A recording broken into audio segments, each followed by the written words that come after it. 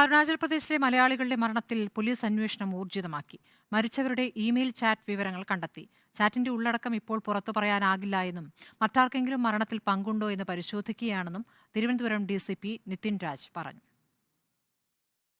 ആത്മഹത്യ ചെയ്ത 3 പേരുടെയും 2021 മുതലുള്ള ഇമെയിൽ ചാറ്റ് വിവരങ്ങളാണ് പോലീസ് ശേഖരിച്ചത്. എന്നാൽ ചാറ്റിന്റെ ഉള്ളടക്കം ഇപ്പോൾ പുറത്തു പറയാൻ കഴിയില്ലെന്ന് തിരുവനന്തപുരം DCP പറഞ്ഞു. ബ്ലാക്ക് മാജിക് ആണോ എന്നും ഈ ഒരു ഘട്ടത്തിൽ പറയാൻ സാധിക്കില്ല. ഇത് ബ്ലാക്ക് മാജിക് ആണെന്ന് നമുക്ക് ഈ ഒരു അവസരത്തിൽ പറയാൻ വേണ്ടി കഴിയില്ല. കാരണം ഇതൊരു അവർ ഫോളോ ചെയ്തിരുന്ന ഏതെങ്കിലും ഒരു ബിലീഫ് സിസ്റ്റത്തിൻ്റെയോ അതല്ലെങ്കിൽ അവർ വായിച്ചിരുന്ന ഏതെങ്കിലും ഒരു കാര്യത്തിൽ മോട്ടിവേറ്റഡ് ആയിട്ടോ ചെയ്ത ഒരു കാര്യമായിരിക്കാം എന്നുള്ളതാണ് നമ്മൾ പ്രാഥമികമായിട്ട് മനസ്സിലാക്കുന്നത്.